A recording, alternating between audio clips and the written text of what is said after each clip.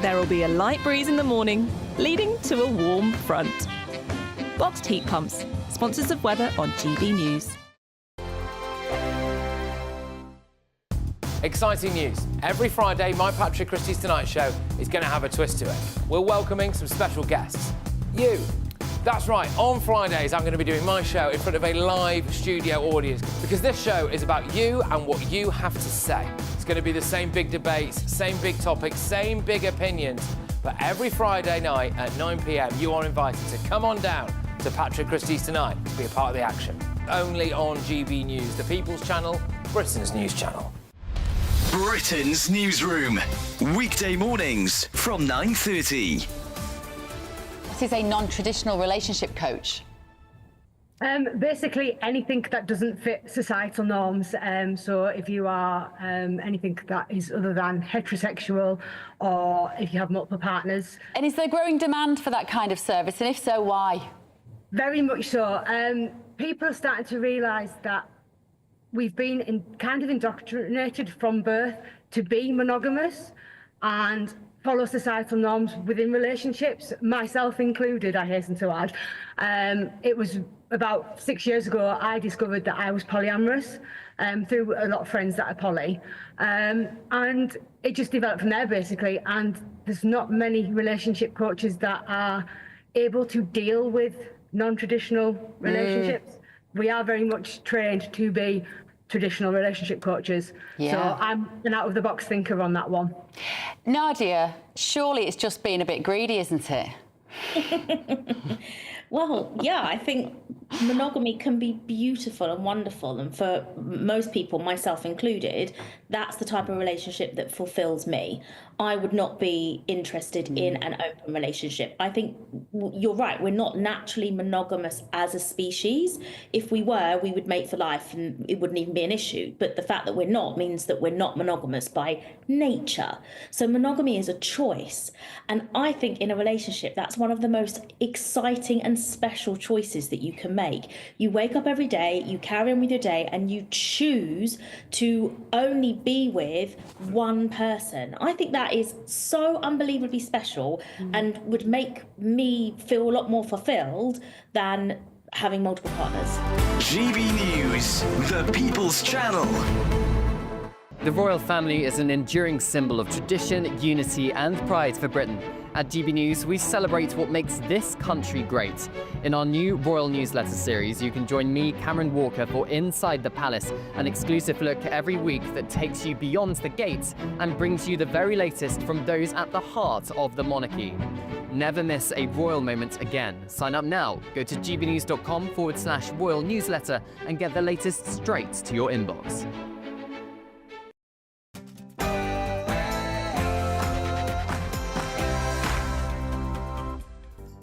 Good morning and welcome to this Easter special edition of the Camilla Tominey Show on GB News. While the country tucks into hot cross buns and chocolate eggs, we're bringing you all the latest on politics, current affairs and culture with a seasonal twist. Throughout the show, I'll be joined by my panel to reflect on Easter messages from our leaders, and we'll bring you the very latest from Windsor Castle, where the royal family are stepping out for their traditional Easter Sunday service. Elsewhere, Britain's highest court, the Supreme Court, has now ruled unanimously that the word woman means what most of us have always understood it to mean, to be perfectly honest, a biological woman. We'll be speaking to Susan Smith from For Women Scotland, the organisation behind this historic win, to unpack the implications for the future of women's rights across the UK. We'll also hear from reformed young offender and motivational speaker Ads Khan on the pressures facing the prison system and what needs to change. Plus, stateside, the drama never stops. Dr. James D. Boys will join me with the latest on Donald Trump. We've got 90 minutes of news and views this Easter Sunday.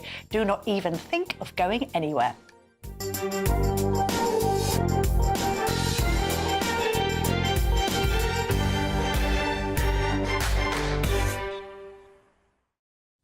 Well, joining me to go through the Sunday newspaper front pages is GB News presenter and former Defence Secretary Michael Portillo. Michael, good morning to you. Happy Easter. Happy Easter to you, Camilla. We have no eggs here. But we wouldn't be able to get through the news review if we were chomping on chocolate. So and perhaps we take Easter even more seriously than eggs. We do, indeed. Indeed we do. But let's try and have an excellent newspaper review this morning, and starting with, well, a very serious story on the front of the Telegraph. It's on the front of quite a few of the newspapers. This Easter truce that isn't really a truce at all, according to President Zelensky, hitting out at Vladimir Putin and saying, well, frankly, we're still under enemy fire, so nothing has changed. Yes, Putin auto-declared a 30-hour truce. It seems, certainly from the Ukrainian reports, that no such truce occurred. What struck me about this was, does Putin really think that Trump is so naive that he would be swayed by this, that he would be convinced or impressed by this non-30-hour truce? It's pretty worrying if this is the sort of thing that is going to reassure Trump. I mean, the latest position, as you know, is that Trump is saying that really he's about to give up on the peace talks. This seems to have prompted Putin to come in and make this offer of a truce. I wonder also whether we're being rather naive. I mean, why is so much news coverage being given to Putin declaring this truce, which we all know is not a truce? It's not a truce. We all know it to be an entirely cynical move, and yet he has achieved global publicity with it, propaganda with it. But you were asking whether Putin thinks that Trump is naive. Do you think Trump is naive? I mean, I'm afraid I do. The president seems to be running rings around the US president. I'm afraid I do. I think China's running rings around President Trump as well. There are people who are still holding out the hope of saying this is all some marvellous master plan and you'll see the next twist in the plot. But I don't see it at all. And, you know, he's meant to be this great deal maker.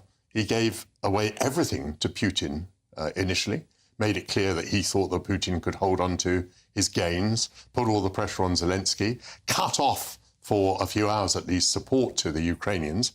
So, no, I don't think he's being clever at all. I think he is pretty naive. And the question now must be whether Trump can pull it back. I mean, could he reverse policy? Could he now give better and more arms to Ukraine in order to put pressure on Putin? That would be the only thing that Putin would understand. But what do you make of this taking a pass, very American phrase, isn't it, on the peace talks? What's that meant to mean? It's meant to mean that he breaks his election pledge, which was to get this sorted in 24 hours. Now he's saying if he doesn't see movement within his first 100 days, he's going to give up on it. It's not clear to me whether this is a good thing or a bad thing. I mean, there are those who think that although the Russians are making some advances, that they're getting pretty exhausted one way or another by the war, and that actually, if the war goes on, that may not be a bad thing from the Ukrainian point of view. Yes. As I put it to Sir Richard Dearlove last week on my programme, former head of MI6, I said there is a danger here that the Americans are going to snatch defeat from the jaws of stalemate. Yes, that's a very good way of putting it. I mean, it might suit Zelensky, might also suit a Russian president who's been in power now since when? 1999, and is in no particular hurry to settle anything. Well, it's difficult for us to know what the pressures on him are. He's certainly losing a lot of soldiers. Should we move on to the story of the week, really, which is reflecting on the Supreme Court judgment? We've now got the Mail on Sunday claiming that there's a WhatsApp group that's been set up with Labour ministers basically saying, look, we want to defy this ruling. We don't want to go along with... I mean, what's your interpretation of the ruling, first of all, Michael? I'm not going to offer you an interpretation of the ruling. I mean, the ruling seems to be very important and people are going to have to work out its implications. Yes. I mean, as you said a moment ago, it seemed pretty evident to most of us that a woman was a biological woman, but a lot of people have been acting as though that were not the case. I mean, one of the examples given here, by the way, is that Mumsnet, the government withdrew advertising from Mumsnet because Mumsnet was thought to be... I'm going to say that they were biological realists. Yes. So Mumsnet were biological realists. So the government, in 2022, when there was a Conservative government, apparently withdrew its advertising. I mean, and one of the other stories, by the way, in the Sunday Times is how many threats have been made to the women who took the case to the Supreme Court. One of whom I'm going to be speaking to in just a moment, Susan Smith. And you might ask her, because it also reveals on the front page that they've also had a lot of supportive measures as well. But back to the WhatsApp group, I'm not sure what to make of this. I think Labour is very torn by this issue. Sir Keir Starmer has said nothing about the judgment whatsoever. The Mail on Sunday is quoting Chris Bryant, who's the culture minister. Yes. And he's been critical of Lady Faulkner. Lady Faulkner is the chair of the Equality and Human Rights Commission. And she seems, generally to have been a biological realist to me. Yes. And she's come in for a certain amount of flack. She seems to be criticised now by Chris Bryant. What did she say? She said that her interpretation was that trans women would not be able to use single-sex spaces for women and would not be able to compete in women's sport, which does seem pretty straightforward. That would seem to flow from the judgment. But Chris Bryant, Culture Minister, thinks not. Along with Angela Eagle and others, I believe. Let's move on to an interview that the Sunday Times has done with Nigel Farage. And the positioning of it is quite interesting. It's obviously in response to British Steel. It reminds us that Farage back in the day was a metals trader and so knows the industry quite well. But what interested me about it, Michael, and I don't know what you think with your former Tory hat on, the positioning of Reform as now the party of the worker. It's quite J.D. Vancian, this idea that Farage would be supporting both nationalisation and reindustrialisation. You've then got Kemi Badenoch, the opposition leader, sort of moving away from net zero, saying we're too reliant on China, Trumpian rhetoric. And then you've got Labour slightly at sixes and sevens over its we're the real party of the worker status. Well, absolutely. Historically, one thought of the working class vote as being Labour's. But clearly it's actually quite a volatile vote. I mean, as recently as 2019, the Red Wall went Conservative. You might think the Red Wall went back to Labour, which it did, but you also know that Labour got fewer votes in 2024 than it had received in 2019. So it was not a particularly impressive recovery. And Labour does have real difficulties with the working class vote.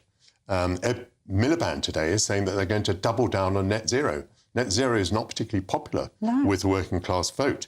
The abandonment of the inquiry into the rape gangs in the north of England, that doesn't go down well with the working class voter either. So I think Labour has problems with the working class vote and it's there to be grabbed. And certainly in these elections, Reform UK is going to have a good go at it. Interesting to me that Farage said the 1980s idea that it didn't matter where stuff was made anywhere in the world, that's gone. 1980s idea, actually, of course, that was a period of Thatcher government. Well, indeed. So he's actually attacking that Thatcherite period. Obviously, his view is that that idea or that interpretation of globalisation doesn't matter where you make things. He thinks that's now unpopular, and he is asserting that there are certain things that have to be made in Britain, and that's pretty Trumpian. But is it right to continue to criticise that aspect of Thatcher's premiership, this idea of deindustrialising, not replacing industries with newer industries and leaving mining and other towns behind? Is it right to go back to criticising Margaret Thatcher? I think it's a bit old hat.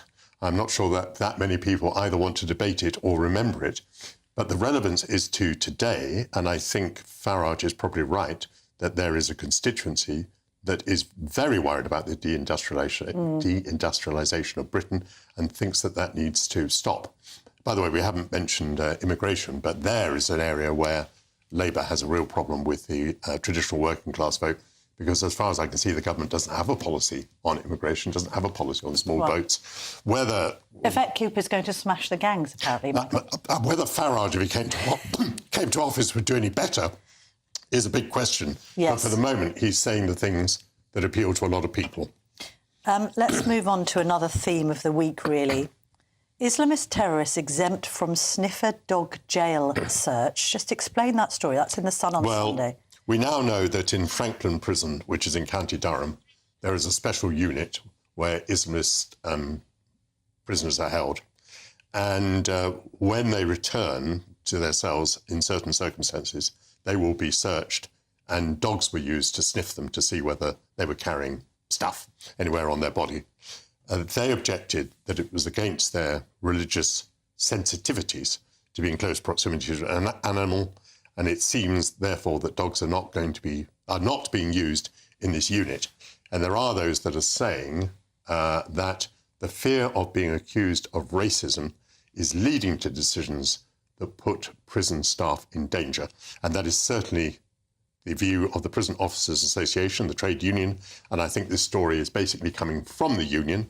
I'm not usually a huge fan of trade unions, But I do think that it appears that our security staff, our prison officers, are being left almost defenceless when they're in a special unit which is full of extremely dangerous convicted people. Yes, and of course this is reflecting as well on that case at HMP Frankland with Hashim Abidi, the brother of the Manchester Arena bomber, having thrown cooking oil and stabbed 3 different prison officers. And then we move on to another story, which is in the Sunday Express. MP's grooming gang comments slammed. So this is an independent MP who has said what exactly, Michael? Ayub Khan is the independent MP for Birmingham Perry Bar. And a seat you once contested, you were telling me in the contested back in the day. 1983, yes. Fairly unsuccessfully. He has talked about a grooming gang narrative which is being spread in order to sow division.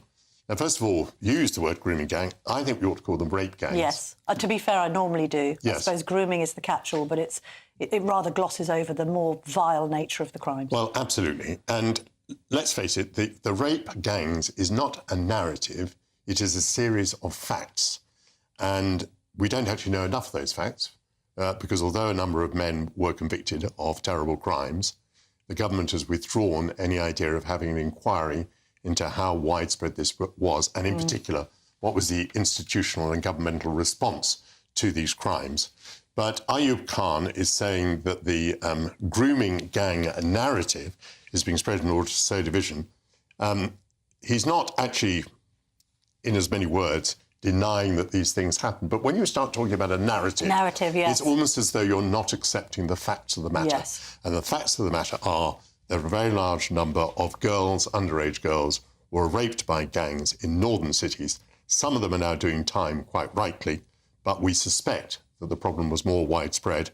But our suspicions cannot be proved or disproven because the government won't hold an inquiry. Would you have held an inquiry if you had that decision in office? Well, actually, it's maybe rather inconsistent. I think inquiries are generally a waste of time. They take a very long time and governments ignore their findings when they turn out. What I would like to see is a government determined to take action, to say the policies of the police, the policies of the local authorities were clearly wrong and they have to be completely changed. Yeah, maybe just some accountability would be in order at this point. That would be a nice starting point. Michael, you're going to hot-fit it to Paddington. I am. And you're going to be presenting at 11. And I shall see you, I think, down the line a little later. Oh, really? I get another go with you? How marvellous. I think you get another go with me. You're going to tell me what's on the show a little later, I believe, after you've scoffed some eggs. Now, coming up, our Easter panel is standing by. We'll be joined by Rafe Hadel-Mancu and Norman Baker to dissect the week in politics, the monarchy and the Easter messages from our national leaders. Don't go anywhere. This is the Camilla Tominey Show, only on GB News. I hope it doesn't rain. Don't worry about it. It'll spoil our holiday. Relax, we're totally covered. All Clear Travel Insurance sponsors GB News Travel Destinations Forecast. Hello there, welcome to your latest holiday sun forecast. Yeah, unsettled conditions generally continuing for parts of Iberia and Italy over the coming days. But for the Canaries, apart from a few showers across the northern parts of the island, it should be fairly fine here. But back up into Iberia, France and Italy, some further showers. Some of these showers will be heavy, potentially persistent in places. But for a lot of Greece, Cyprus and Turkey, continuing fine and dry here with temperatures for most here around the low 20s. All Clear Travel Insurance sponsors GB News Travel Destinations Forecast.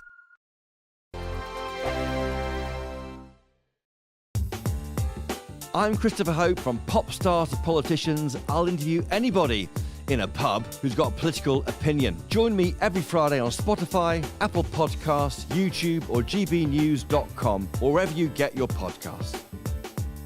This is GB News, the People's Channel. It's Patrick Christie's Tonight, and here we do things differently. It's explaining the absolute madness of this, doesn't it? It's explosive. I mean, this is very good. It's lively. 850. Your government sat there, Sean, and it did nothing. It's controversial. And the Middle East has been in turmoil since before I was born. It's everything you need to kickstart your evening. Everyone's had their Weetabix tonight. I love to see it. That's Patrick Christie's Tonight, weeknights from 9 p.m. Only on GB News, the People's Channel, Britain's news channel. This is Britain's Newsroom, where your voice matters. It's just astonishing. With expert analysis and honest opinion, we don't just keep you informed. We bring you unique perspectives you won't see anywhere else. Can't argue with any of that. When the news happens, It happens here. On Britain's newsroom, weekdays from 9:30 a.m. Only on GB News. Mornings don't have to be tiresome, especially if you have the right company. Wake up to news as it happens, opinion and debate, and of course, a little bit of entertainment too. Because when the kettle's on, we're on. That's Breakfast on GB News, a show worth waking up for. Every morning from 6 a.m. Only on the People's Channel, Britain's news channel. We'll spread the news, you spread the word. We're proud to be GB News, the People's Channel. And as you know, we always love to hear your views. Now, there's a new way of getting in touch with us at gbnews.com/your-say. By commenting, you can be part of a live conversation and join our GB News community. You can even talk to me, Bev Turner, or any of the members of the GB News family. The royal family is an enduring symbol of tradition, unity and pride for Britain. At GB News, we celebrate what makes this country great. In our new royal newsletter series, you can join me, Cameron Walker, for Inside the Palace, an exclusive look every week that takes you beyond the gates and brings you the very latest from those at the heart of the monarchy. Never miss a royal moment again. Sign up now. Go to gbnews.com/royal newsletter and get the latest straight to your inbox. Hi, I'm Michelle Dewberry, and my show is your opportunity to cut through all the noise and dive in headfirst to some robust debates. Ideas clash. Situation, isn't it? Because the failure is... You're deliberately avoiding my point. Nothing's held back. And if you think this is the end of it, wait for more. And we do not shy away from the difficult stuff. Sometimes I want to shake people and say, if only you understood. So join me on Jubes & Co. weeknights at 6 p.m, only on GB News, Britain's news channel.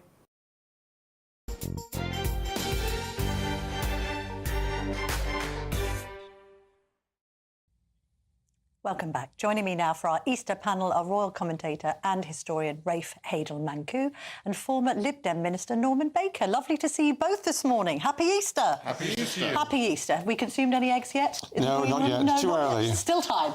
Whole day to go. So let's talk about Easter in the context of whether we are still a Christian country. Rafe, lots of commentary, and I'm going to give a few examples in a minute about kind of the erasure of Christianity from Easter messaging and this idea that we are sliding into secularism. What do you think? I think it's deeply worrying, and it must be opposed. Look, we need to understand that Britain still is legally a Christian country. We have an established Church of England and we have an established Church of Scotland. Now, what does established mean? Because quite often you hear people say established. Established means the state church. It is Christianity is the national religion of this country. Therefore, it must be celebrated on its high days and holy days, and it must be celebrated in precedence to other religions. Now, that's not a slight against the other great religions of this world, but this is a Christian country. If you go to Saudi Arabia, you expect Islam to take preeminence and priority there. And, you know, you don't even need to be a Christian or a person of faith to understand the importance of Christianity. You know, it's a building block. It's the keystone, I would say, of Western civilization. So many of our laws, of our philosophies, of our institutions are born out of Christianity. It gave birth to Western civilization. Western civilization created the modern world as we know it. So everyone owes Christianity a great debt. In fact, even the nuclear family, people watching at home on television, 2 parents and kids, that was born out of the Catholic Church's ban on cousin marriage between certain degrees of consanguinity, and even the notion of individualism was born out of Christianity, particularly out of Protestantism. The most individualistic nations in the world are all Protestant nations, and individualism doesn't exist in the non-Christian world, at least not until industrialization came around. Let's bring Norman in. I'm going to give an example of perhaps the removal of Christianity from a kind of Easter celebration. English Heritage came out with a leaflet for a children's adventure quest, and it had no mention of Christianity or Christ in it at all, and suggested that Easter wasn't originally Christian and was actually a celebration of spring, describing it as originally a pagan festival. What's all that about?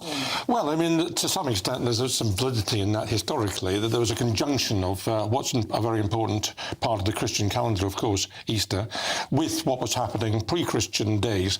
And there was a goddess called Easter, which is where the Easter comes from that. No mention of Christ or Christianity in a leaflet about Easter. Well, I mean, I don't agree with that. But, I mean, historically, we get Easter eggs and Easter bunnies tend to come from the pagan element of pre-Christianity. We're just taking in some live scenes from the Vatican, by the way. Right. As you speak, Norman, carry on. So, well, I'm not sure I can compete with the Pope and the Vatican. No one here can. But, no, I mean, I think, so we have to recognise that interesting conjunction of pre-pagan or pre-Christian elements and Christianity came together. And we have both, essentially. Easter eggs are not a Christian thing, but they're a very important part of Easter.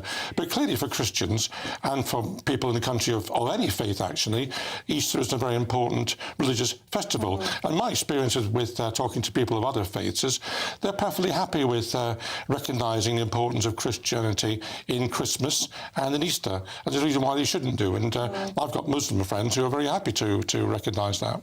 I know, but if you kind of try to remove Islam from Ramadan, you'd be absolutely castigated. Well, yes, and that's wrong. The other thing is, we've had Christmas described as Winterfest and things, Rafe. Exactly. We shouldn't be ashamed to celebrate Easter for what it is. It's the oldest and the most important part of the Christian faith. The resurrection we celebrate today on Easter Sunday when Christ ascended. And without the resurrection, Christianity wouldn't exist. You know, St. Paul said, without the resurrection, our preaching would have been in vain. And, you know, resurrection is all about things that we can all celebrate in. You know, it's about sacrifice, it's about redemption, it's about the atonement of sin. Those are key messages of Easter, but that's the central building block of the Easter message. You know, that our Lord sent down his only Son to die for the atonement of our sins. You know, but by atoning for our sins, Christians believe that they will have life everlasting. Now, that is still the official policy of the Church of England and of Scotland. It should be celebrated, and the Easter message is supposed to be celebrated by Christians in their everyday. When you're struggling through life, you think of Christ struggling on the cross. You think of Christ's human sacrifices when you're trying to be a better person in the world. Norman, isn't it kind of a liberal invention, this idea that individualism creeps in, the family is denigrated? We're also throwing into the mix now social media, this degree of kind of narcissism that appears to have crept in, particularly when it comes to younger generations. And then that leads to a degree perhaps of kind of godlessness. You know, whoever your God is, this secularisation of society, maybe Lib Dems are quite happy with it. Well, I'm not sure that secularisation is a problem per se. What's the problem is the narcissism you refer to, the individualism at the expense of looking after society and feeling a part of it. I think that's a very dangerous trend that, frankly, isn't helped by people like Donald Trump in the States, who clearly are very narcissistic in their approach to life. Well, there are many divisive narcissistic figures on both right and left. There are, and exactly, there are. And extremes, of course, I don't think are very helpful to society generally. I think where you want to be is looking for commonality, looking for societal values, looking after each other, looking after your friends and your family. That's where I think we should be getting to. I think we're getting further away from that. Just on the Saudi Arabia point or the Islamic point, I mean, I was in Saudi Arabia some years ago, and I did make the point actually to the people I met there that that they're very welcome to have their religion, and there's a lot to be said for Islam actually, which is not necessarily reflected in how Muslims always behave, but Islam itself is justifiable, I think. But I mean, why don't they allow other people to have their own religions if they've got different beliefs? They ought to do that. We do in this country. We recognise that people have got a right to their own religion. Why don't other countries do that as well? Well, other countries have had a history of persecuting Christians. And I mean in very, very recent times. Well, Christians are still the most persecuted minority in the world, you know, and I've been to Egypt during Ramadan and I had to eat behind sheets in the shop windows so that nobody would see me eating food. We do have a pluralistic society, and yes, most of this country actually is secular and is atheist, but as long as we still have an established church and we have a supreme governor of the Church of England in the form of our sovereign, we are a Christian nation and we should be unashamed to celebrate the Christian message of Easter. Do you know what? I've just seen a stat in front of me that I wrote down this morning, which is quite surprising and slightly counterintuitive to what I've just said. Church attendance among Generation Zs or Zs, according to the Bible Society, is up 12%. Yeah. Hold that thought, because you're coming back later when we're going to get live footage from Windsor Castle with the royals arriving for their own Easter Sunday service. So just hold that thought for a moment, Rafe and Norman. Coming up next, we're going to be doing that, but I'm also going to be speaking to one of the women who took the Scottish Government to the Supreme Court. Susan Smith, the director of For Women Scotland, will be here to talk about that landmark ruling and what it means for women. And I'll be speaking to prison campaigner Ads Khan. All of that still to come, including the royals at Windsor. Stay tuned.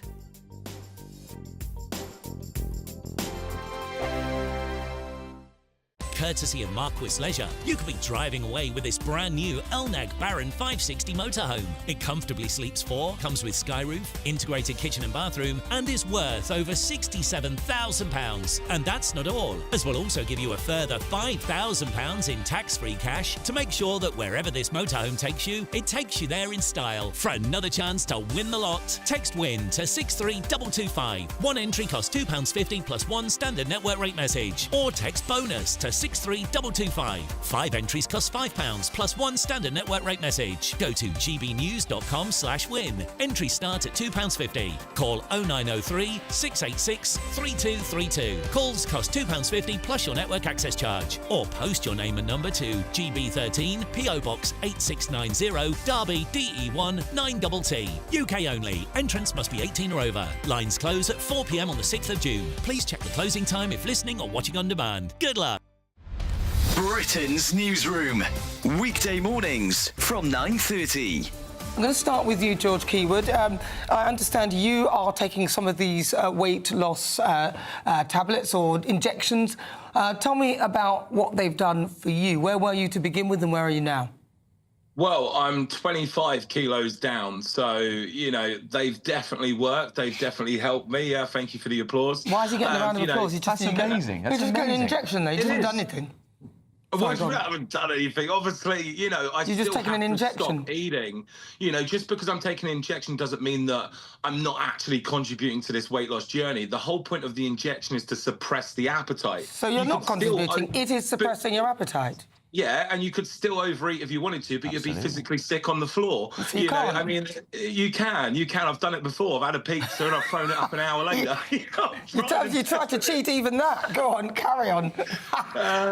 Look, the point is, right, it's an injection to help people. It doesn't do the job for you. You know, you've still got to put some effort in there, and you've still got to, you know, work out and lose weight naturally as well alongside of it. It's an aid in losing weight. It is not the thing that's going to magically just shade 10 stone off you and you're going to be all fit and healthy. It doesn't work like that. You know, it suppresses the appetite, but you've still got to put the work in there, and you've still got to stop yourself from eating, you know. Ben Lloyd, has George cheated his way to weight loss? I wouldn't say it's cheating as such. I'd only say it's cheating if you're doing it and outwardly saying that, oh, I'm not doing anything, it's just hard work and training. But my main forte is that you could still do it without that. And I've just briefly looked into it, and I counted over 30 side effects. And with diet and exercise alone, you could do the same job with no side effects. The People's Channel.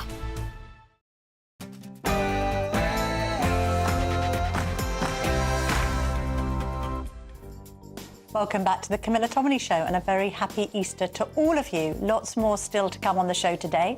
Susan Smith, one of the women behind the historic Supreme Court ruling this week concerning the definition of the word woman, will be here. I'll also be speaking to Ads Khan, prison rehabilitation expert and motivational speaker, to understand what's currently going on in our prison system. Dr. James D. Boyes, Honorary Research Fellow at UCL, will be here to analyse the latest from US politics.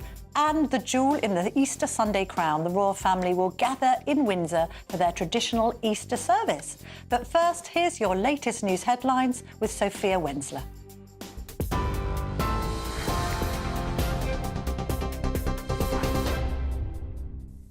Camilla, thank you. Good morning. Your headlines at 10 o'clock. Volodymyr Zelensky says Russian attacks are continuing despite Vladimir Putin announcing a 30-hour Easter truce in Ukraine. The Ukrainian president accused the Russian army of trying to create an impression of an Easter ceasefire. It comes after the Russian president spoke in a televised meeting with his commander-in-chief, announcing a temporary ceasefire that will last until midnight tonight. But writing on social media, President Zelensky has said Russian assault operations continue on several frontline sectors and Russian artillery fire has not subsided. Back in the UK, the King and Queen will celebrate Easter Sunday today with a traditional service at Windsor Castle. They're set to be joined by members of the royal family, including Princess Anne and the Duke of Edinburgh. Meanwhile, the Prince and Princess of Wales have decided not to attend the Windsor service and are spending the weekend with their children in Norfolk instead. The Mirror newspapers reporting that the couple are choosing to spend time together as a family before Prince George, Princess Charlotte and Prince Louis go back to school. Meanwhile, Sir Keir Starmer has visited St Andrew's Church in Bedfordshire and shared an Easter Sunday message. Thank you for welcoming me. I mean, this is what the church is so important about, isn't it? I'm a stranger, I've not been in your church before, and already I feel I know you, and you've welcomed me in. But that in itself is part and parcel of what you do, what communities do across the whole country. Have a great Easter. Thank you very much, thank you, I really appreciate that. What are you doing here? So we're making a garden. Took to X to wish a very happy Easter to Christians across the UK and around the world as they celebrate the resurrection of Jesus Christ. He continued saying, "As we look to the future with hope, I want to thank Christians for their huge contributions to our country." Meanwhile, French President Emmanuel Macron will reportedly make a state visit to the UK in May, several months before President Trump. That's according to the Sunday Times. Mr Macron will be hosted by King Charles at Windsor Castle as Britain attempts to negotiate closer trade ties with Europe. Currently, few government and royal officials know the details of the engagement, which would be Macron's first state visit to Britain 8 years after taking office. Speaking in the Oval Office on Thursday, Donald Trump suggested his own visit will be planned for September. The invitation from Charles was issued when Sir Keir Starmer visited Washington in February. JD Vance has met with Vatican officials over the Easter weekend after Pope Francis criticised President Trump's deportation plan. The US Vice President held a meeting with the Holy See's Secretary of State as the part of a 3-day diplomatic trip to Italy. It comes amid tensions between the Vatican and the Trump administration, as the Pope has been a long-standing critic of the president, saying only in February that mass deportation efforts are driving a major crisis that damages the dignity of men and women. Police are investigating after trans rights activists reportedly defaced a statue of a feminist hero during a protest against the Supreme Court's ruling on the definition of a woman. The Parliament Square statue of Millicent Fawcett, a prominent campaigner for women's rights in the 19th century, was daubed with graffiti. It happened as thousands of protesters marched through central London in an emergency demonstration against Wednesday's decision that only biological women are women. The Met Police confirmed that it was investigating criminal damage to a total of 7 statues in Westminster. The force said its officers were in Parliament Square at the time, but did not witness the criminal damage take place. Those are the latest GB News headlines. More in an hour. For the very latest GB News direct to your smartphone, sign up to News Alerts by scanning the QR code or go to gbnews.com/alerts.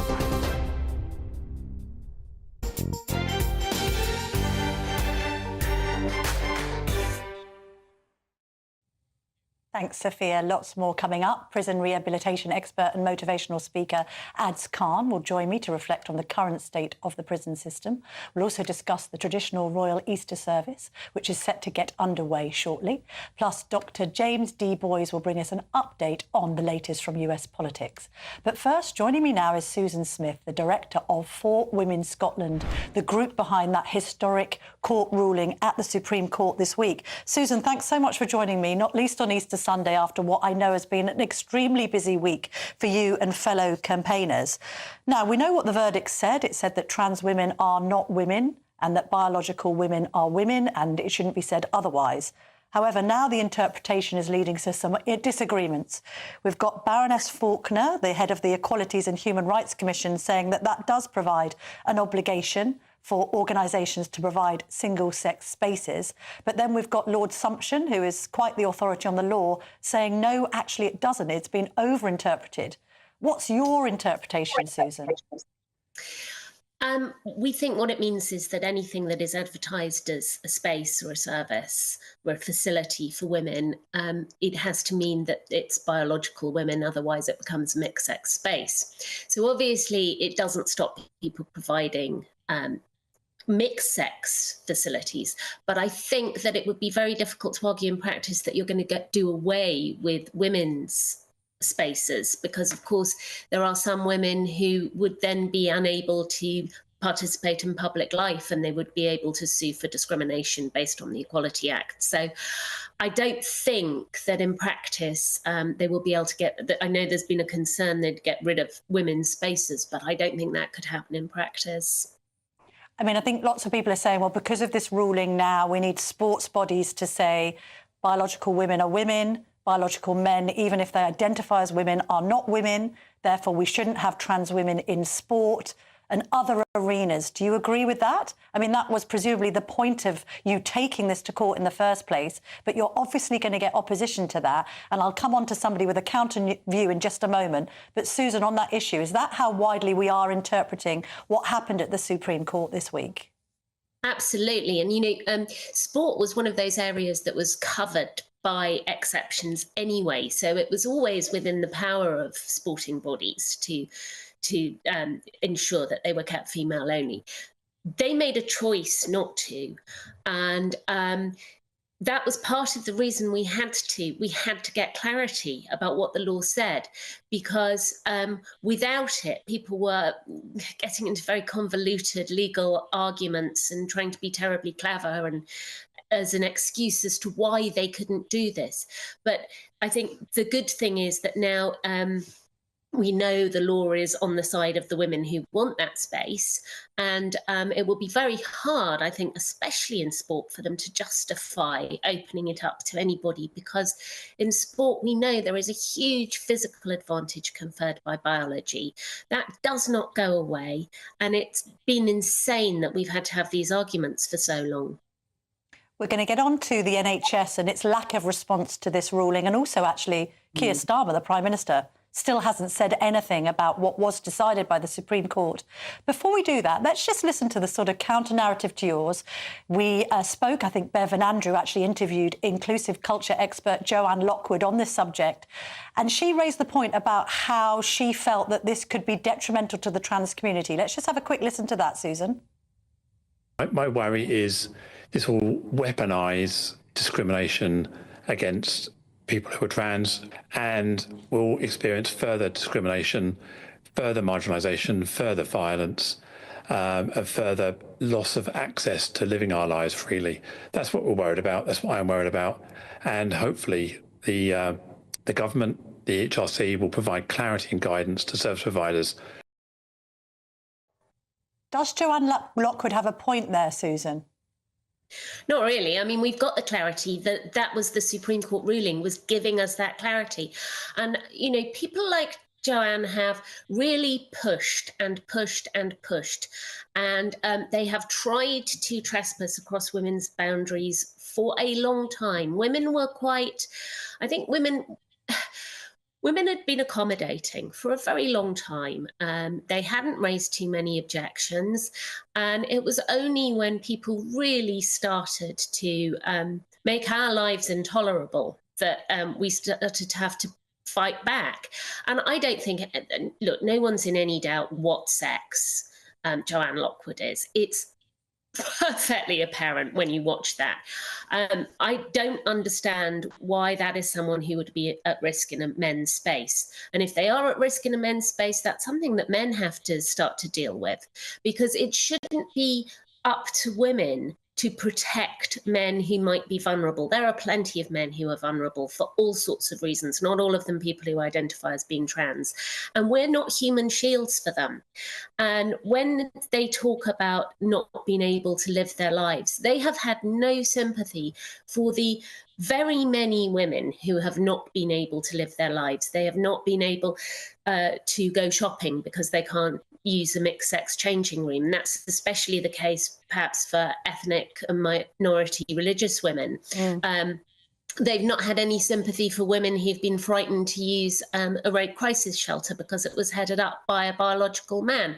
They've had no sympathy for these women who've been pushed right to the fringes because of their activism. And now they're trying to pull sob stories and try to play on women's kindness. Well, we were kind for a very long time, and it got us into this mess. It should also be pointed out that, of course, having gender reassignment surgery and identifying as trans is a protected characteristic under the original Equalities Act. Just moving on, are you surprised to have not heard anything from Prime Minister Keir Starmer about this ruling?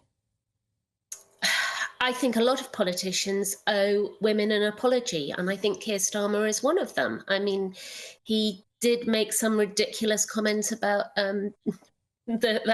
something like 1% of women who have penises. Yes. And I know that the Labour Party have stepped back a bit in recent times, and Keir Starmer has been conspicuously silent on it. I think a lot of politicians are afraid of some of the sorts of men that we saw out demonstrating yesterday.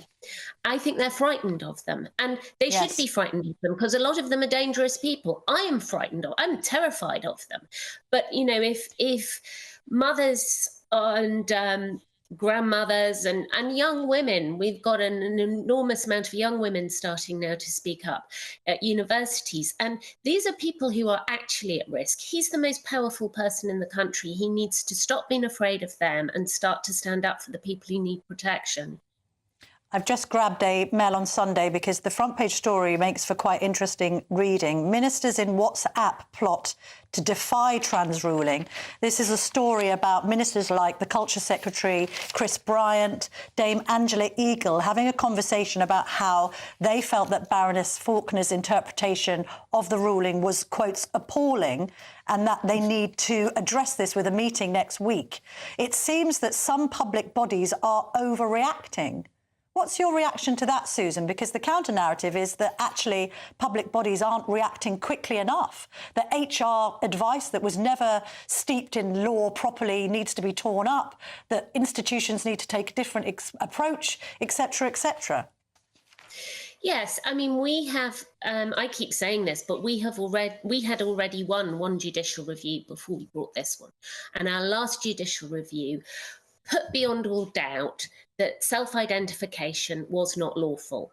And the EHRC had confirmed that. Now, obviously, there was an issue with their previous statutory guidance, which this new guidance, even ahead of the ruling, was looking to address.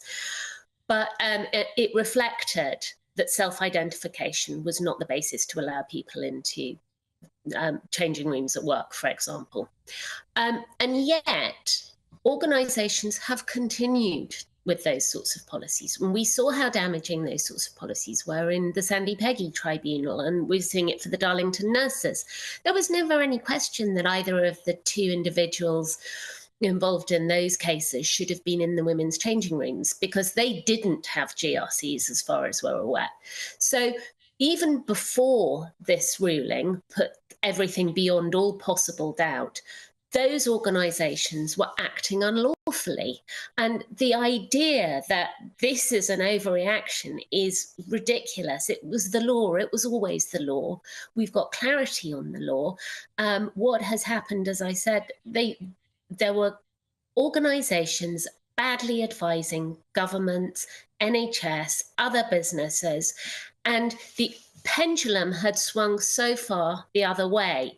So saying it's an overreaction, it's not. It's just bringing the situation back to normal, I think.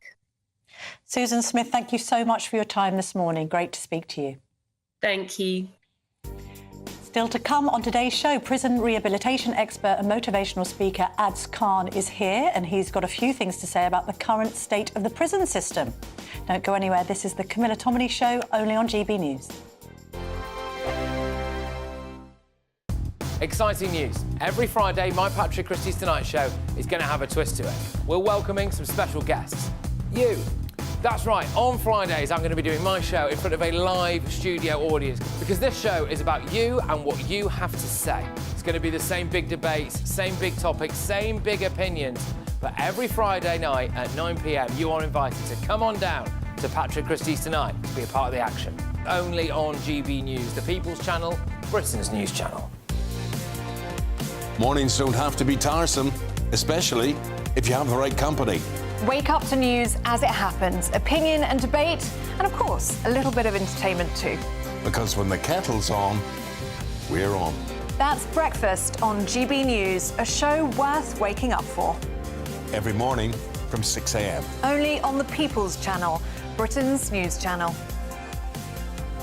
We'll spread the news, you spread the word. If you want your news to be straight talking... This is a nightmare for the Conservatives again. Down to earth. It's not just Nottingham where this is happening, is it? And most importantly, honest. Hard-working, middle-class taxpayers, they'll get their book thrown at them. Then catch me, Martin Daubney, Monday to Friday, 3 till 6 p.m. on GB News, Britain's news channel.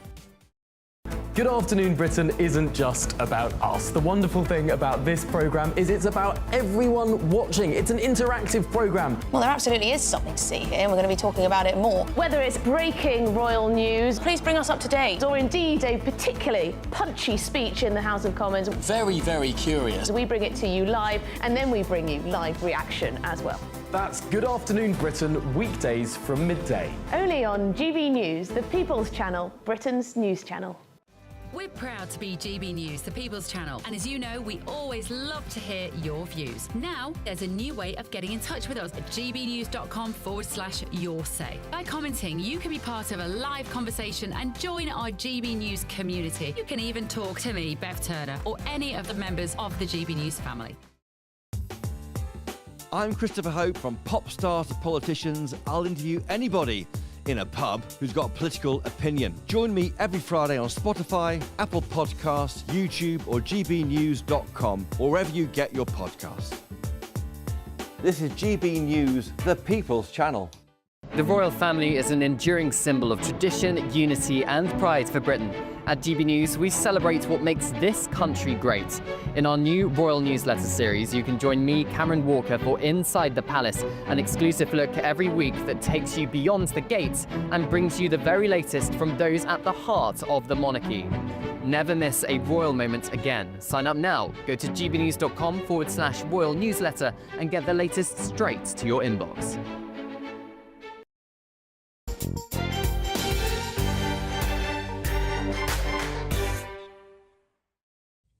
Welcome back. We're going to be taking in those scenes of the royals arriving at Windsor in just a moment. But joining me first is Ads Khan, prison rehabilitation expert and motivational speaker.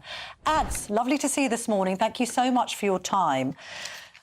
Tell us, first of all, I know you spent some time behind bars and revolutionised your life, actually, having served time in prison, got some qualifications, got a number of different diplomas, used a bad situation, made it better. But tell us, first of all, what is it like inside prison? In reality? In reality, well, very good morning. Thank you very much, Camilla, for having me on today. Well, the reality of prison life is it's a very dangerous environment to be in. As we know, with the recent events that have currently unfolded, and my heart goes out to all the prison officers and the service people that are actually involved and are affected by what's actually happened. But this is the reality of an overstretched position that we find ourselves in. There's pressure on prisons, and it's not just we're not just overcrowded, we're overstretched. There's pressure on people, there's pressure on the governors, there's pressure on the prison service, there's pressure on resources, there's pressure on the actual teachers that actually try transforming these guys' lives. And there's a pressure on the educational system, and there's no space for basically progress due to all the constraints we have. So that's obviously problematic from a rehabilitative point of view. If people can't better themselves in prison and then try and leave a life of crime behind and get jobs, that's problematic. Can we deal with this issue? And it's been much reported on this week. You've mentioned the incident at HMP Franklin there involving the brother of the Manchester Arena bomber. Islamic radicalisation in prisons. You know, just 9 days before this incident happened with these prison officers being brutally assaulted, there was reports coming out of that prison that it was no longer really possible to segregate the Islamic extremists in the prison's midst because they had taken over the prison. I mean, there was no need for segregation. The whole population appears to have been converted in some way. What's your experience of this issue when you've done your work behind bars? What happened in Franklin was absolutely horrific, and I'm not going to sit here and try justifying that position in any way, shape or form. I do believe in reform, I do believe in rehabilitation, but at the same time, I am also a realist too. But one act of violence from a terrorist shouldn't define thousands of people trying to change their lives. You know, some people do twist faith for power. But we need to stop painting everybody with the same brush. You know, not every person with a beard and a prayer mat is running the wing, so to speak. But there has been incidents where some people who are Islamic extremists have taken over, have converted other prisoners to the faith. So that's proving to be a problem for some prison officers to get a grip of. I mean, we had a story today in The Sun on Sunday suggesting that Islamist terrorists were exempt from sniffer dog jail searches because they were claiming it infringed their religion. We've got to have sniffer dog searches in jails, regardless of who your God is, surely, Ads. I suppose if you're in the position of being in prison, committed crimes, then obviously that you've got to be subject to the security measures that are actually in place to make everybody safe. So again, you know, I'm not going to be defending that either.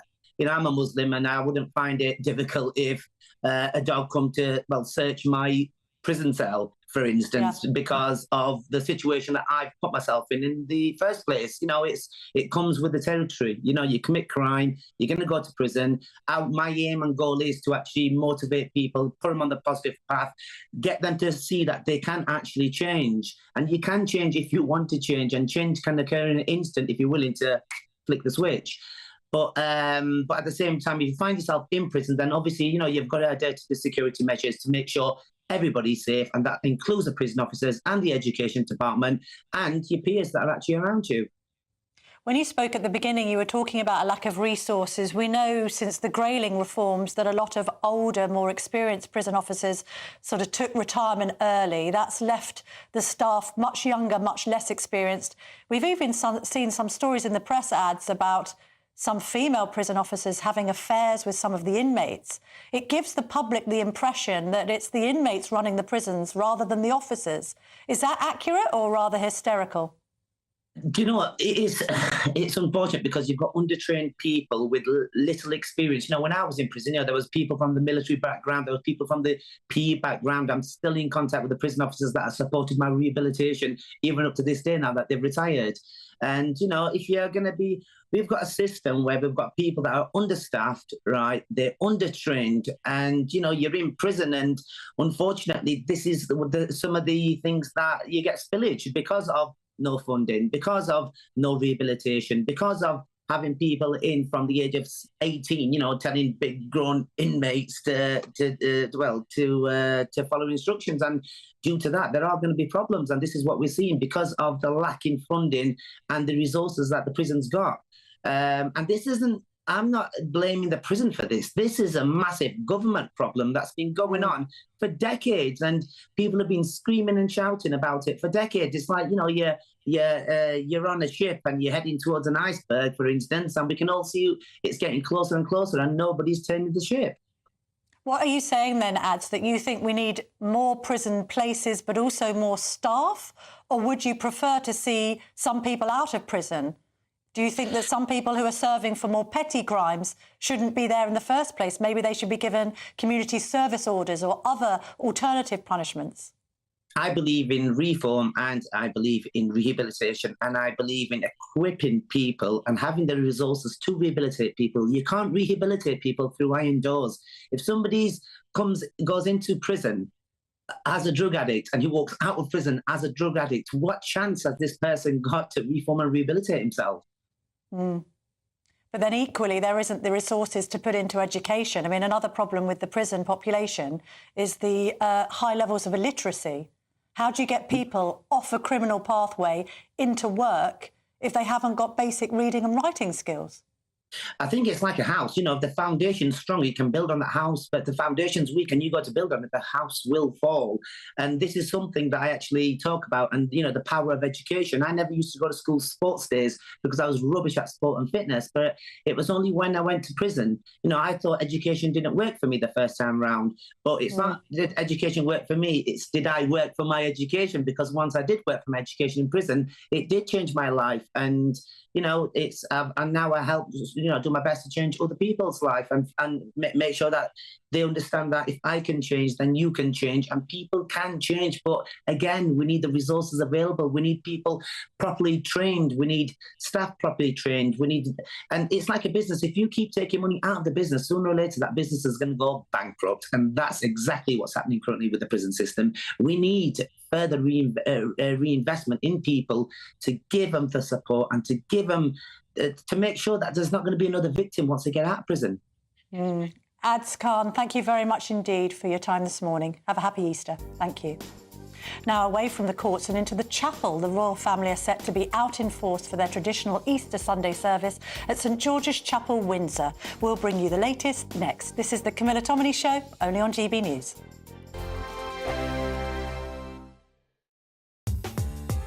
I'm Christopher Hope. From pop star to politicians, I'll interview anybody in a pub who's got a political opinion. Join me every Friday on Spotify, Apple Podcasts, YouTube or gbnews.com, or wherever you get your podcasts.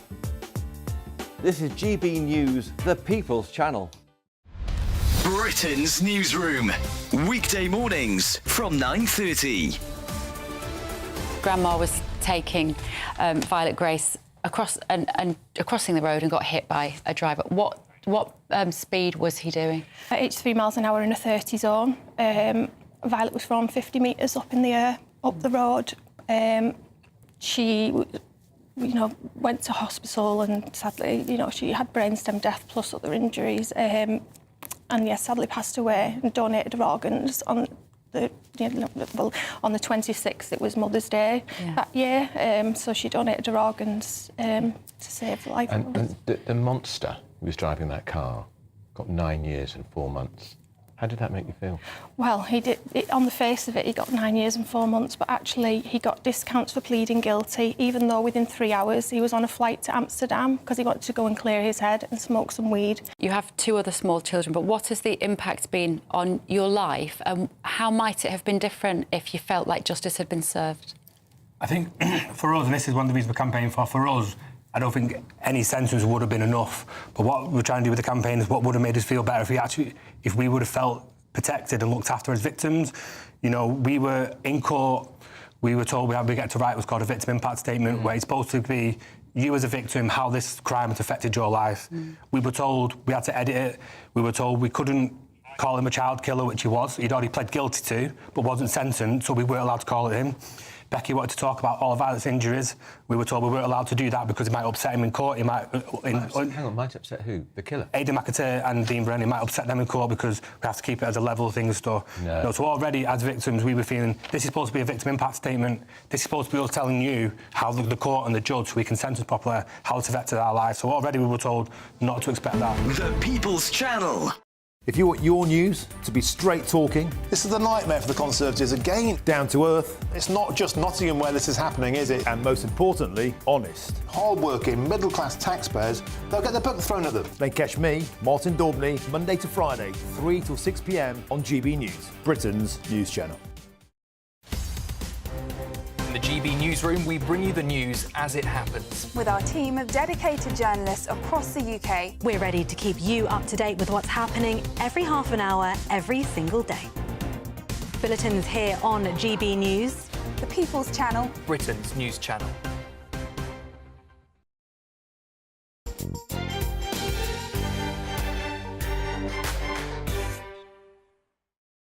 Welcome back. Now, Easter Sunday wouldn't be complete without the royal family stepping out for church at Windsor. And while the King continues his treatment for cancer, the firm are still keen to show strength and continuity. My panel joins me again. Norman and Rafe, thank you very much indeed for being back on GB News this morning. We're going to be looking at pictures, I think, first of all, of the Vatican. We don't know whether Pope Francis is going to make an appearance. He came out of hospital, didn't he, on March the 23rd. There's a full Catholic Mass going on outside. But we don't know if he'll make an appearance. We had a report in the week that J.D. Vance had a very brief private visit with the Pope. 88 years old. He wants to be in a way visible today at this weekend of weekends for the Christian and Catholic community, but we don't know after that horrific period for him suffering with double pneumonia. So we'll look at these scenes first of all, and then as soon as royals arrive at Windsor at St George's Chapel, we will switch to them. But let's just discuss the King's Easter message, Rafe, because it was rather controversial. It was. And I mean, he makes reference to Christianity. He talks about the miracle of Christ being reborn on Easter weekend. But at the same time, there's a nod in that message to the Jewish faith and indeed Islam, which seems to have ruffled feathers. Should it have? Well, I can completely understand why it would have ruffled feathers, but I think what's been missing from a lot of this debate is some context and some clarity. It's not unusual, actually, for a monarch to have mentioned other faiths in the Easter message. The Queen has done it previously. If you look in 2020, for example, to her Easter message then, she references other faiths having festivals of lights and so forth and drawing comparisons there. So it's not out of keeping to actually mention other faiths. What is different is that he's specifically named two religions, Judaism and Islam, but that was in the context simply of discussing the ubiquity of washing people's feet in the Maundy Thursday. So I think it needs to be looked at in that context. And unfortunately, there's been a lot of talk about the King not necessarily being a proper Christian. I mean, we must address that. The King is a very devout Christian. In fact, he's a very conservative Christian. In fact, there was a letter embarrassingly released recently, or a few months ago, which said that the King had basically criticised the Anglican Church for being too politically correct. He said the Orthodox Church is the only Christian religion that hasn't become Orthodox. And, you know, his father was baptised into the Orthodox faith. He adores the Orthodox faith, which is extremely traditional and conservative Christian faith.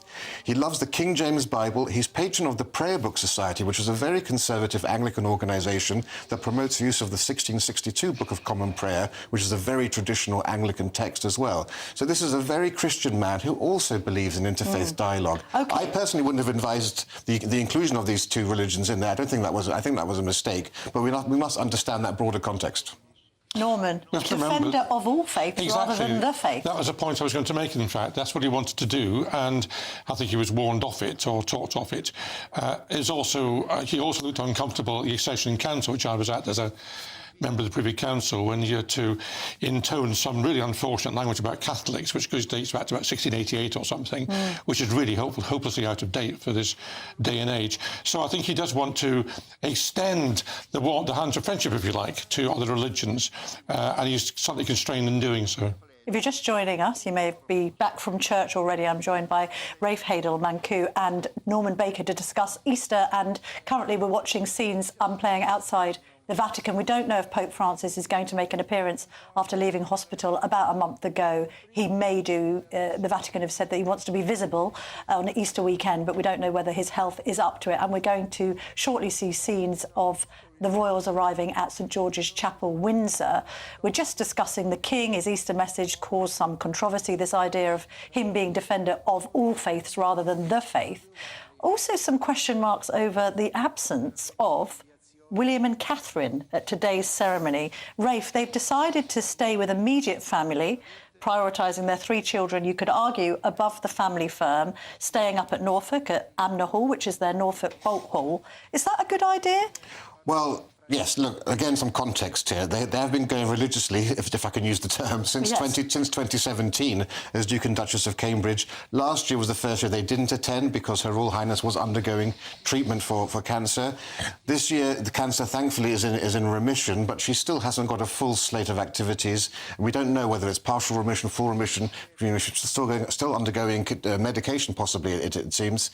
Actually, there's a tradition of the heir to the throne not going to the Easter service. Our current king King, as Prince and when he was Prince of Wales, would often spend the Easter feast at Birkhall in Scotland, where he's been for the last few days. So actually it's not that out of keeping for the heir to the throne not to be present for this service, even though other members of the royal family are. Well, we were speaking earlier when you first joined GB News on the earlier panel. I was saying about a surprising increase in the number of Gen Zs or Zs going to church, Norman. I said, according to the Bible Society, it's up 12% in that particular generation.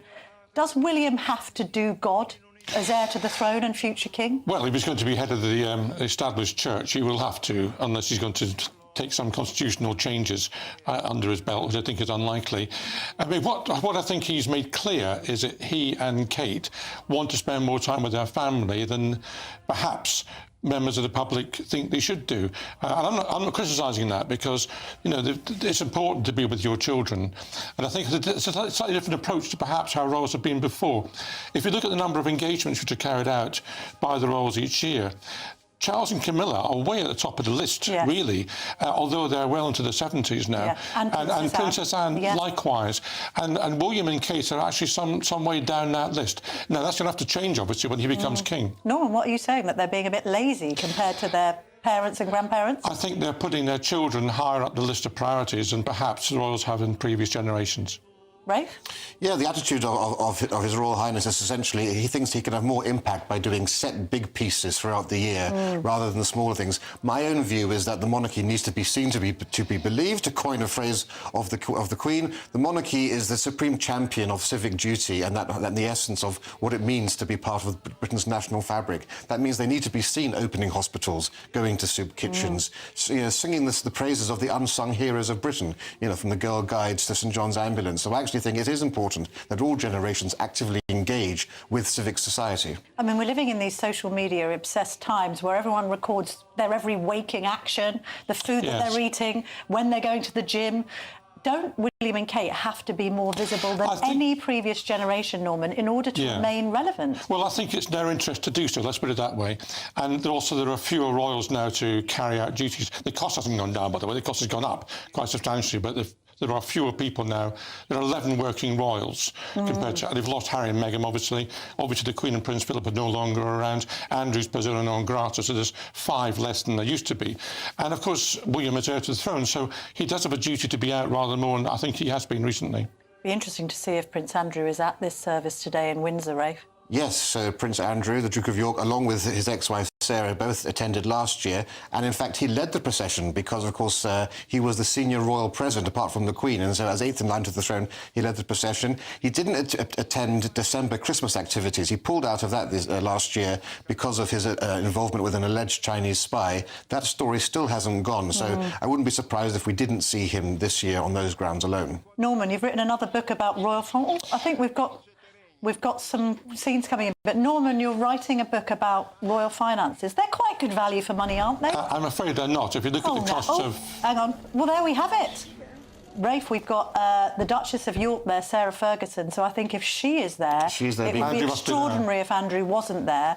I mean, they're divorced, but she describes them as the happiest divorced couple on earth because they still live together at Royal Lodge, Windsor. There is Princess Anne, and that is Prince Andrew. Walking behind the priest there. That's right. So that's very interesting. So Sir Tim Lawrence, Princess Anne, Sir Tim Lawrence being her husband, and then you've got the Duke and Duchess of York once again putting on this sort of extraordinary display. Rafe, will this couple get remarried?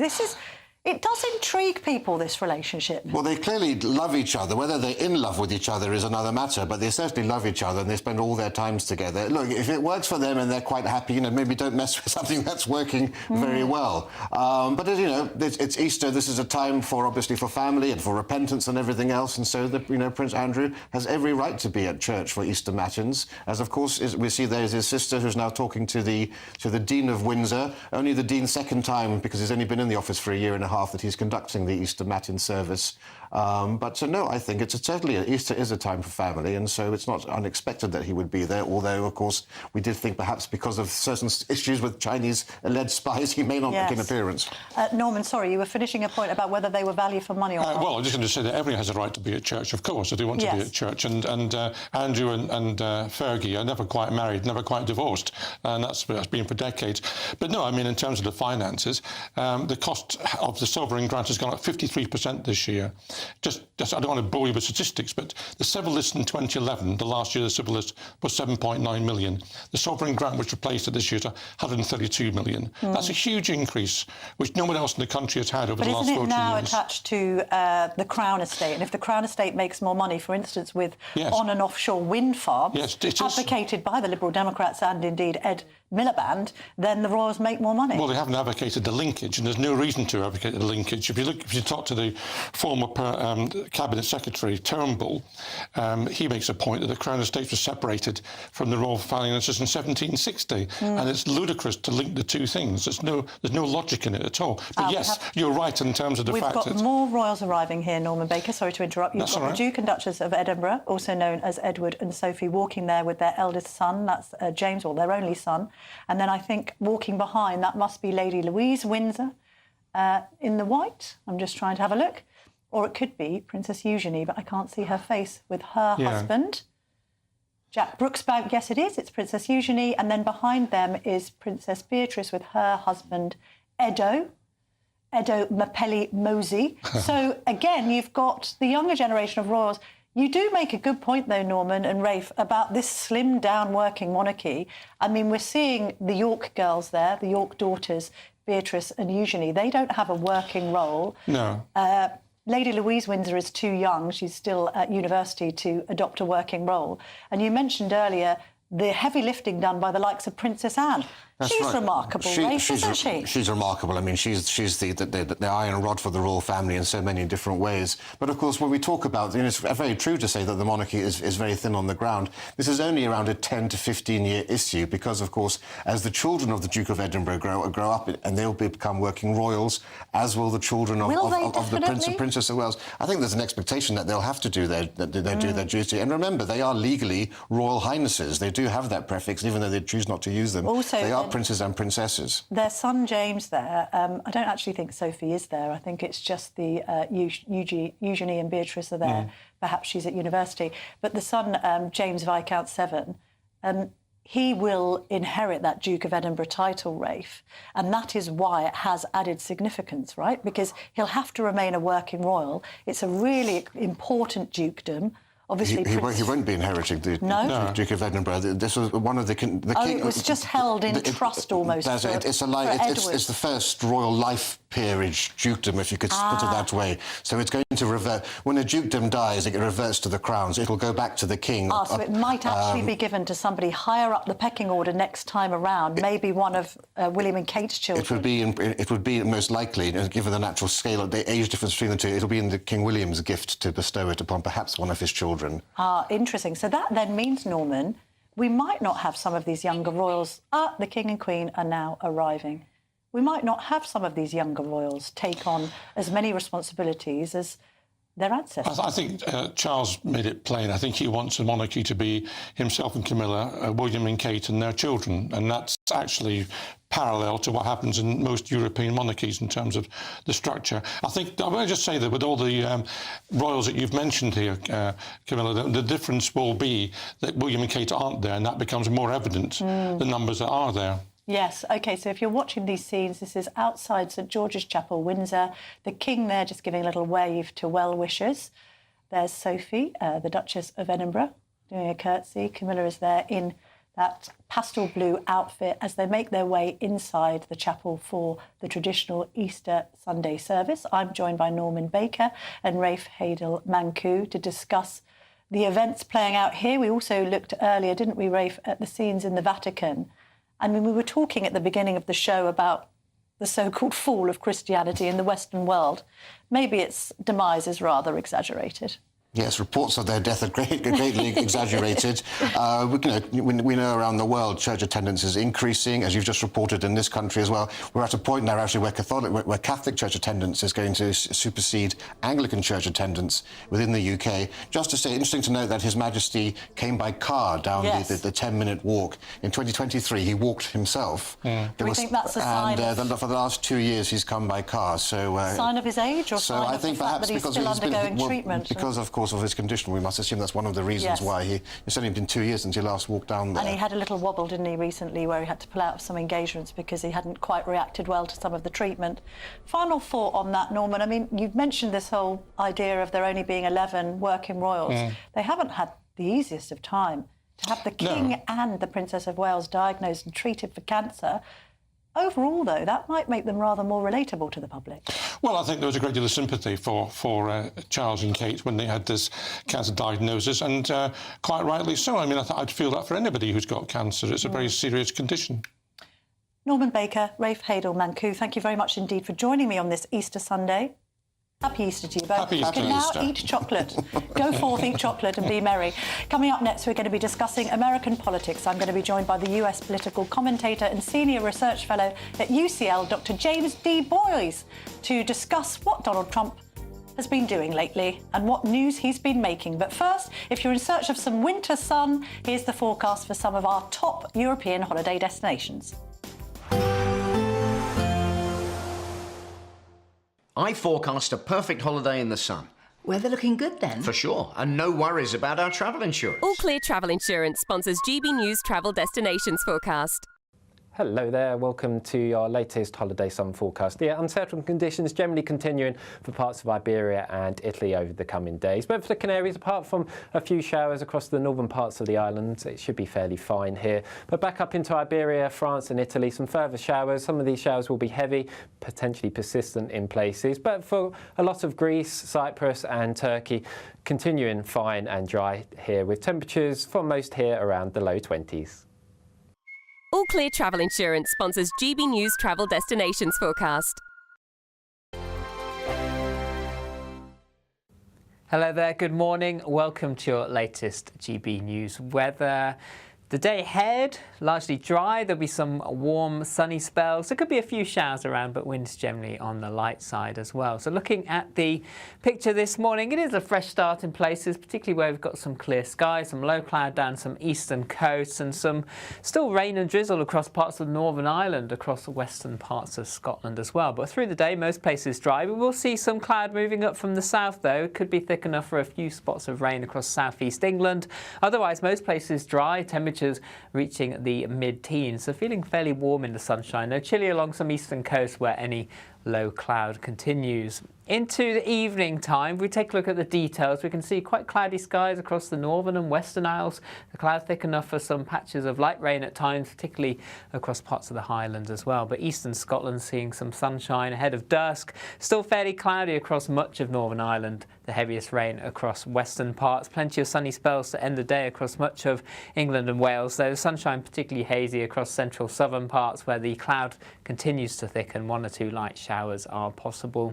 And then as we head overnight, this weather front in the west just pushes a little further eastward, so further outbreaks of rain for parts of Northern Ireland, western Scotland, and then generally through the night it clouds over across much of England and Wales, and temperatures as a result, with all the cloud around, holding up generally between 6 and 10 degrees. So not a cold start to Easter Monday, but generally a cloudier picture. This weather front just slowly pushing north and eastwards, introducing some rain at times. In between there'll be a lot of cloud, but there is the chance of a few sunnier breaks at times. Behind the main band of rain there, you can see some showers across Northern Ireland into Wales, the West Country, where the sun does come out. Driest weather across northeast Scotland, and in the sunshine, temperatures again reaching the mid to high teens. See you soon.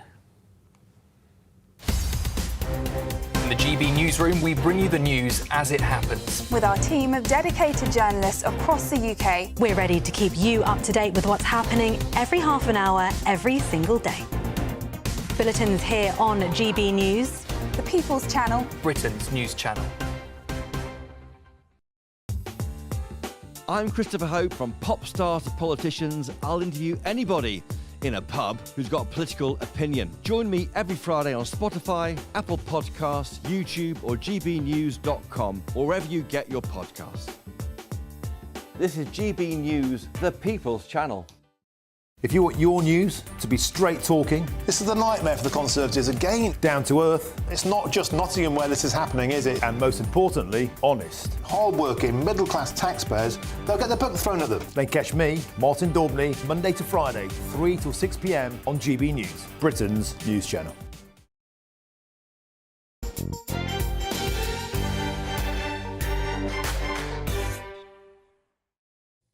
Welcome back. Well, a week doesn't go by without discussing Trumpland. And with me to do that now is Dr. James D. Boys, US political commentator and senior research fellow at UCL. Lovely to see you. Thank you. Thank Good you for morning. coming Lovely in to on be Easter here. Sunday. My pleasure. Happy Easter. I mean, we've got a situation, I was actually discussing it with Michael Portillo on the papers earlier, with Zelensky now saying that Putin's ceasefire isn't worth the paper it's written on. And we were both trying to decide whether Donald Trump is playing a blinder here in some kind of art of the deal negotiation with the Russians, or actually if he's being played. What do you think? It's a great question. I think one of the problems is that Donald Trump is the classic Rorschach test. You see what you want to see. And unfortunately, a lot of people have already made their minds up a long time ago about what that is. There's very clearly an awful lot of public relations going on in this debate. It's as much a PR war as a land war, I think, in terms of trying to figure out where everybody is and how this moves forward. The PR battle in terms of announcing a ceasefire, is it holding, is it not, is very clearly designed in part, I think, to gain an upper hand in any negotiations which are going to be moving forward into the second quarter of this year. The Americans obviously have been engaging in talks in the UAE with Russia and with Ukraine. At this point, they seem to have reached something of an impasse. And it's interesting to see, of course, Donald Trump and Marco Rubio now talking about potentially putting those talks on hold and withdrawing from those. I think a lot of people have understandably raised eyebrows about that. But I do think it's pure Trump, quite frankly. I've spent the last 5 years researching him and his approach to politics for a book I've got hopefully coming out later in the year. And the idea here is, I think, to sort of, add unpredictability. And he's talked about this throughout his entire career. He believes America basically has failed by its diplomats. And this is an attempt to, I think, engender a sense of fear in both Russia and Ukraine about if we don't get a deal now, the fighting could continue. We've got to get to the table. Plus, of course, I think Donald Trump is motivated by, what you see with Keir Starmer and his ego trip trying to basically put together this European coalition, sort of his Churchillian moment. And Well, is he after a Nobel Prize? Well, it's possible. Again, if you live long enough, you see the same things coming through. I was thinking about, knowing I was coming on, I was thinking about this last night. You go back to the early 90s, for example, when you had the Yugoslavian war and you had the formation of the EU. And at that point, now some over 30 years ago, you had European politicians coming forward and saying, oh, the Americans should stay out of this. This is the hour of Europe. We can sort all this out. And the Secretary of State at the time said, all right, get on with it. Yes. And we saw what happened. And you ended up with years and years of conflict because of European stubbornness and an inability to come together. I know, but then the Americans taking a pass on peace talks. It is astonishing. But again, I think this part is all part of Donald Trump's approach to things. Far too many people, I think, misunderstand Donald Trump. He's put the idea forward about talks and he's now pulling them back. It's the classic sort of art, the deal, negotiation, which people are unexpected by. Final brief thought on the midterms. I mean, I know we're only just into the first 6 months of his presidency. We've got marches now, the length and breadth of America, about this executive order on deportations. Now with tariffs, and I think some MAGAs having a bit of buyer's remorse, the midterms could be ugly for Trump, couldn't they? Well, there's several things in there. First of all, it's usually the case that the first midterm elections go against the sitting president. But his opinion poll ratings have gone up in many cases. So it'll be interesting to see how that plays out in the actual polling. The Trump dichotomy. On one hand, unpopular with the press, but perhaps not with his own populace. Indeed. Thank you very much indeed, James, for coming in this morning. Now, coming up next on GB News, it's Sunday with Michael Portillo. I saw you earlier, Michael. You've now hot-footed it to Paddington. And what have you got on the show coming up? Camilla, I'm going to be asking, is globalisation dead? What with the Trump tariffs and so on? I'll be looking at art over centuries that was inspired by the Passion of Jesus Christ. I'll be wondering why Britain was the heart of rock and roll in the mid-1960s. And I shall be eating chocolate for Easter. Lucky you. I'll be back next week at 9:30, but coming up next, it's Michael Portillo. Stay tuned for his show at 11. Have a very happy Easter. See you next week.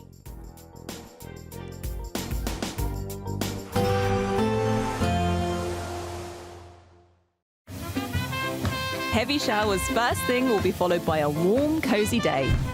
Boxed Boilers, sponsors of weather on GB News.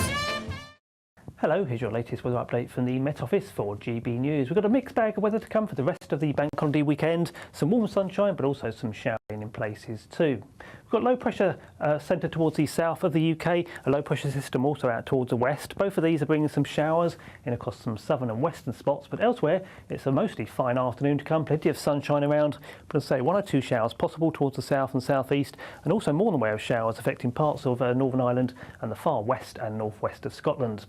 In the sunshine, temperatures not doing too badly at all, particularly out towards the west. We'll see highs in the mid-locally upper teens Celsius, peaking at around about 18 Celsius, that's 64 in Fahrenheit. A bit cooler down some North Sea coast though, with a bit of an onshore breeze coming off a fairly chilly North Sea. So to end the day, we'll see plenty of sunshine across the north and northeast of Scotland. A few showers are out towards the north and west of the country, and temperatures here a little bit suppressed around about 9 or 10 Celsius. There'll be quite a few showers to end the day across Northern Ireland, the best of the sunshine here across the east of the province. And elsewhere though across the UK, plenty of sunshine as we go into the early part of the evening, but notice towards the south and southeast, still a risk of some showers, and those showers will continue for a time as we head into the evening. They'll start to ease though later on in the evening, giving way to some clear spells, a few mist or fog patches. Certainly clearer towards the northeast of the UK, some mist and fog in places here, and a